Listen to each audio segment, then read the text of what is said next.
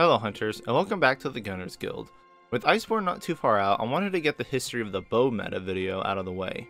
This one has a colorful past, so let's dig right in. This all begins back with the beta of Monster Hunter World. In the beta, we only had one bow. Shocker, because all weapons only had one, except heavy bowgun. Anyway, we didn't think much of other possibilities, because also in previous Monster Hunter games, raw bow was king. Bows were a lot slower paced back then, with a focus on a more calculated approach to taking down monsters. You only shot when you had the perfect shot. This meant also that every coating counted. So the transition to the fast-paced, crazy antics of World Bow just looked like it would be better for raw bows. So the bow in the beta we got was raw, and we didn't think twice about elements. Elemental bow would have been an odd choice to give us anyway, since there was no way of having it work effectively on all the monsters in the beta. This was a grave mistake on our behalf, as we assumed raw bows would still be king. For the weeks we had in beta, all the bow runs wound up using Dragon Pierce on pretty much all the monsters, because Dragon Pierce was the best way of doing raw damage, and we had a raw bow, so it made sense. Dragon Pierce worked pretty well on longer monsters, and the beta monsters, Anjanath, Diablos, and Nergigante, just happened to be great targets for Dragon Pierce to begin with. Anjanath had good raw hit zones all the way down its body, Diablos had good raw hit zones on the tail and wings, and well, Nergigante has poor hit zones everywhere, so DP was just a better move. So this started the initial reception in favor of Dragon Pierce playstyles. Now, I'll be first to admit that this is partially my fault. I spoke very highly of Dragon Pierce and played Dragon Pierce setups very early on in the launch of Monster Hunter. In fact, it was still relatively safe to use up until patch 2.0 because we used to be able to aim outside of the camera angle and be able to shoot almost in any direction, even directly behind us. So a monster that charged by could still eat a Dragon Pierce in the butt. So I mean, it wasn't exactly risky either. So when we got the full release of World, early game had almost no armor pieces that benefited gunners, and a lot of the early game bows were pretty bad. So it's not so surprising that Dragon Pierce was used. Of course, no one had dash juice or any real ways to manage stamina either, so trying to play bow aggressively was fairly difficult. That, and we were still trying to play bow like old Monster Hunter, being slow and methodical. But once we got to high rank, we could actually make some decent gears. Rathalos gear was a staple in pretty much every Monster Hunter game, and World is no different. So once we got to craft high rank Rathalos armor, a light bulb turned on. It came with crit element, which was a good skill, but it also came with 2 points of weakness exploit. This and the high rank Hulu helmet finished weakness exploit and started bows down their glorious rainbow path. We had no way of knowing that the crit element modifier would be so high on bows. It's like really high. Like, why is it so fucking high? It's the highest of all weapons. This early in the game we didn't know the exact values, but we could see now that the elemental crit modifier for each weapon is different. Things like Greatsword have a 1.2 modifier, and it scales up depending on your weapon all the way to 1.35 times where bow is. This means that with critical element, assuming you crit every hit, that's 35% more elemental damage, which is huge. Not only because 35% is huge, but it's also because how many arrows we can fire. That and charge levels add another multiplier for elemental on top of it. Elemental damage was good on bows, and this certainly proved it. Once we got to like the end of the story, bow was looking okay, but not everyone had the resources to make dash juice or use food vouchers for food buffs, so the dash dancing style of bow that we had today was still all that appealing. Stamina management was a huge burden, and so Dragon Pierce still played pretty well. People also started to pick up the Diablos bow for raw since it had an obscene amount of it, and it was great for Dragon Pierce, but it could also do okay with normal raw shooting as well. So, within the first couple of weeks of World, a new bow technique was found to be very effective, especially against Nergigante, who has proven to be a pain in the ass for a lot of people, which is wall bow. Now, wall bow is a very niche way to play bow because you can't really do it everywhere. However, the motion value of the bow jump attack was literally staggering. It was 35 times 7, which is 4 times that of our level 3 power shots at the time. It was also double that of a Dragon Pierce. So the bow players started to use wall jump, and the high raw motion value helped reinforce raw bow playstyle, unfortunately. It was even fine on stamina management. So some of the early speedruns on Nergigante were wall jump bow runs, which you've undoubtedly seen. Now these started to catch the attention of spectators, but as I said, this was still a very niche style to play. It was, however, a dominant bow playstyle for Nergigante and some of the areas that you could actually abuse it. But the next big breakthrough didn't come in until people had farmed up a bit. So hidden in the lost decoration loot pools was the coveted Mighty Bow decoration. This gave you one extra level of charge. We'd assumed this was a thing since load up in previous games did the same thing, we just didn't have the jewel yet. Now, unlike in previous games though, this netted us one extra power attack as we could power shot after a final rapid shot. So instead of doing quick shot, rapid, power shot, we can now do quick shot, rapid, power, rapid, power. This would net us 2 level 4 charges for our DPS rotation. It was an amazing addition, and the extra arrows meant extra elemental damage as well. Building for Elemental Bow required a lot of decorations, unfortunately, so to make sets work in the early game we needed to have a lot of rare decorations, and not everyone was lucky enough to be able to get those early on and discover this style of bow play.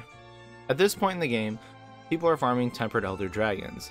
The bow meta is kinda split. There were still a lot of people running Dragon Pierce because they saw YouTube videos, praising it, and they didn't have the decorations or the insight to swap the crit element. There's also a rise in just raw bow usage since non-elemental boost decoration proved to be very easy to get, and it was a huge bonus to your raw. It was basically the same style of play as elemental bow, but people just used Sarah Coil Bender as everyone had it for Dragon Pierce anyway.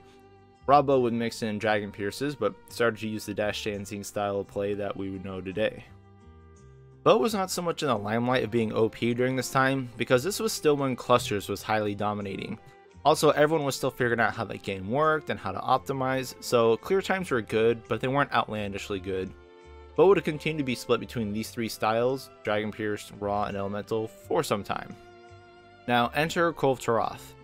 I know Joe gave us a new bow to play with, but it was okay. It didn't really change the meta a whole lot though. It was around this time that Kulve kinda changed everything. First, she gave us a ton of new bows to replace all our crappy ones. Thunder and Water got huge upgrades from Kulve, and not only did we get better bows, but it was around this time that the time attack rules were implemented. I mean, technically it happened before Kulve, but it's still around the same time. Now, prior to this, World was kind of like the Wild West with no rules, and to be honest, maybe that was for the best. Maybe we should have actually stayed this way. Time attack rule implementation divided the community in a magnitude that few actually realize. So once a base set rule was in place, that's when the meta solidified and became clear. By now, players had resources to burn and times to beat. Time attack rules brought bow into the spotlight because now speedrunners had 2 different rule sets in which to play. Bow simply just dominated both of them. On the non-TA side, SSH, my de facto deity of non-TA runs, stepped into the scene and began obliterating basically everything that moved. If you don't know SSH, I don't blame you because he stopped playing a long time ago, but I do hope he returns with Iceborne. He's a non-TA bow runner that pretty much did only Elder Dragons, and he has some amazing runs. They even compete against current PC times from like a year ago. He is a monster for sure. The only weapon that came close to bow runs in the non-TA category were Heavy Bowgun from Tatsutafi mostly, and Aerial Greatsword from everybody's favorite runner TSC. On the TA wiki side, there have been a ton of runners, and unfortunately I can't name them all because most of them have names I can't even read. So I'm going to lump everyone together, unfortunately. You know who you are though, give yourself some credit. Time attack runs were honestly not that much different from the non-TA versions, they just didn't have the benefit of using mantles or traps or stuff like that. So the times were a little bit slower, but that's about it. We all pretty much played the same. The only differences here were that people were trying to identify the best DPS rotation for bow. To be honest, it's still sort of up in the air because while there is an optimal rotation, it's highly dependent on your stamina management. Quick shot into rapid power, then slide into rapid power repeatedly was optimal, but it's not something you can keep up. Also, distance from the monster determining if you wanted to run that rotation, because you can also do quick shot into 3 rapids and power to save some stamina if you're just waiting for the monster to close the gap. Or you could slide into rapids if you wanted to close the gap. It's all something you have to kind of figure out and do on the fly. So there are some style differences in a lot of the bow runners, but ultimately that was about it. By Kulve Taroth, people had pretty much gotten all the decorations they needed, and most of the players had transitioned over to crit element. This proved to be the best playstyle as it was dominating both TA and non-TA runs at this point. So we're all set in our crit element bows, and bow was just cruising along, and then Lunasher hit. Lunastra, besides being one hell of a tough cookie, came with a pretty good set, which would include stamina cap up. Giving us 50 extra stamina looked pretty good on paper, so we went with it. We didn't really lose much from running stamina cap up, maybe 5% crit at tops, so that was about it. The extra 50 stamina was worth the trade. Lunastra set became a staple for the time being. It was clear though that with how much stamina we used, that extra 50 would only really help 3 or 4 more shots, since we were going to be losing stamina and regenning it constantly. Once we dropped past that initial bonus of 50, its use was done. You're never going to regen back to that. Well, if you were wasting time somewhere. Bow was too aggressive to make use of it repeatedly. Lunastra set was good, but we replaced it fairly soon. Lunastra also came with a few blast bows, and I feel like this is a good time to go over that mess. The reason blast bows never picked up is pretty obvious if you play bow. First is that blast in world is not that great. It ticks for only 120 damage, but the threshold for the next tick increases so they get harder to proc, and it really goes up. Second is that blast coatings you apply override the innate element or status of your bow. So if you had an elemental bow, you remove that to apply a blast, and if you had a blast status bow, the coatings override it rather than add to it. So the 120 damage from blast is basically a power shot that deals 20 damage an arrow. And lastly, we only get 20 blast coatings plus some combines, not nearly enough to make it through a full hunt using all blast status. Now if you look at our damage with elemental bow, we generally hit a power shot for about 30 to 50 damage an arrow. So the effect of blast is less than one volley, and maybe we get a half a dozen procs in a fight at best. On top of gimping your damage to get the blast off in the first place, it doesn't even make up for it unless you're going to get a proc every other hit. So unfortunately, we tossed blast bow aside. If we had a bow like say our coil bender that also had blast tacked onto it, then it could definitely be usable, but not yet. When Arc-Tempered Teostra landed, he came with some pretty great gear with a lot of crit that we needed.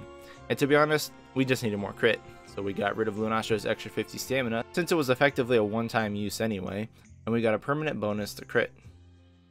Not a huge meta shift here, but more numbers are more numbers. When Behemoth showed up, while his gear became instant meta for Blade Master, the gloves were more crit that Bow could use, so some sets grabbed that. But as you can see from here on out, basically, we're just grabbing more crit. The only really significant change around the meta was the time when people started to run Arc Tempers and when food skills became important. Bow users, as I said, were fiercely competitive. We were looking for every little advantage we could get. So once players had stocked up enough food vouchers, we turned to the canteen. We could eat for Sharpshooter, which would boost our normal shots by 10%, and Black Belt, which would give us 15% decreased stamina usage. To guarantee these skills, we would need to use vouchers, so a lot of players started to make backups of their saves before doing runs. This way we could spend all our vouchers on the resets, which could take hundreds of times, and then just revert the save to preserve the vouchers when we're done. With this little extra boost, we could also run Constitution 1 rather than Constitution 3. We could eat for Black Belt and drink a dash juice and still get our 50% stamina reduction cap. This let us squeeze out the Constitution charm in favor of Critical Eye charm to get even more crit. And this would be the last significant meta change until Arc-Tempered Kolv. Now, AT Kolv gave us an entirely new set of bows that innately came with crit element. This sent the bow users into a frenzy. However, we quickly found out that the innate values of those elemental bows were pretty low. And after some number crunching, largely thanks to the efforts of all the testers and Honey for her great set builder, we found that they were kind of a mixed bag. All the bow sets had to be remade to compensate not needing crit element, which freed up 2 gear slots and allowed us to boost raw much higher than we could before. Since elemental had a cap anyway, we couldn't really go more from there. Now, I know it seems funny because we're basically going full circle here and back to raw, but it's more of a hybrid. The new sets showed us that the Using-Kjarr bows that mixed raw and element were mostly at least on the same level as the older bows in terms of damage per shot and average damage per shot since they ran higher crit. And now I have to bring up blast bows again. Using-Kjarr Blast came with crit status and the bow itself has pretty solid stats. Unfortunately, they still don't compete with using the right bow for the right job.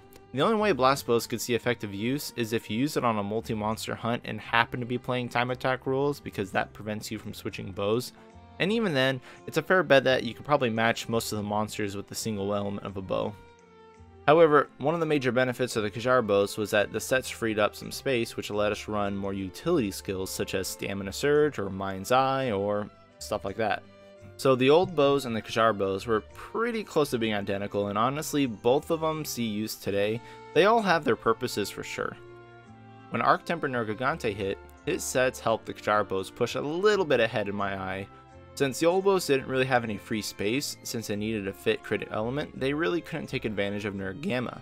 The Kjarr bows could though, and it's a small increase, but the Nerg Gamma pieces let most of the Kjarr sets run an extra level of Stamina Surge or grab attack 4 to get even a little bit more crit. As of today, bows have become highly refined, but the sets are pretty much all over the place. There's so many little tweaks we can do with stats to adjust things as we see fit. Most runs now run very specialized sets specific to that run with a certain time goal. There's still broad sets to cover all the bases, but there's always room to improvise, adapt, and overcome. Bow has about 8 different bows that you can use, and an infinite combination of sets and skills that you can tweak and play with to your heart's content. So there you have it. The bow meta has shifted around quite a bit in World, and with Iceborne being around the corner, I'm sure it's bound to shuffle up again. I look forward to seeing how the weapon evolves with Iceborne, even though I'm not overly optimistic about the Slinger playstyle, as you may all know. But thank you all for watching, and good luck out there, hunters, in whatever you're hunting.